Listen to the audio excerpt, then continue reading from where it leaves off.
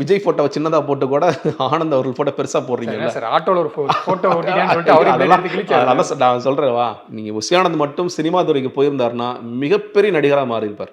மிகப்பெரிய நடிகரா மாறியிருப்பார். அவர் மாரிலாம் நீங்க நடிக்கவே முடியாது. அந்த அளவுக்கு அவர் ரொம்ப திறமையானவர்.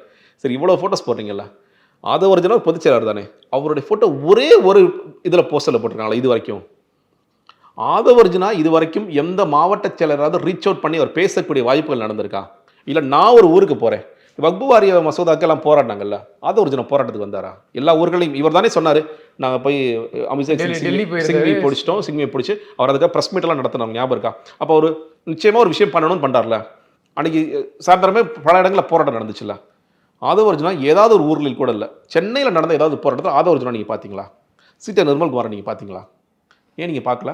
ஏன் அவர் வரல? ஏன் அவர் வந்தாலும் கூட்டம் ஆயிருமா? நான் வந்தாலும் லட்சக்கணக்கான கூட்டம் வந்துன்னு அவர் நினைக்கிறாரா?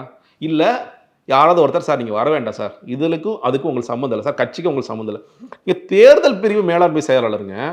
கட்சியில் இருக்கிற மாவட்ட செயலரோட தொடர்பே இல்லாம நாளைக்கு எப்படிங்க தேர்தல் பிரிவு வேலையை செய்வீங்க? உங்க வாய்ஸ் ஆஃப் காமன்ல இருந்து ஒரு தம்பி கூப்பிடுறாரு.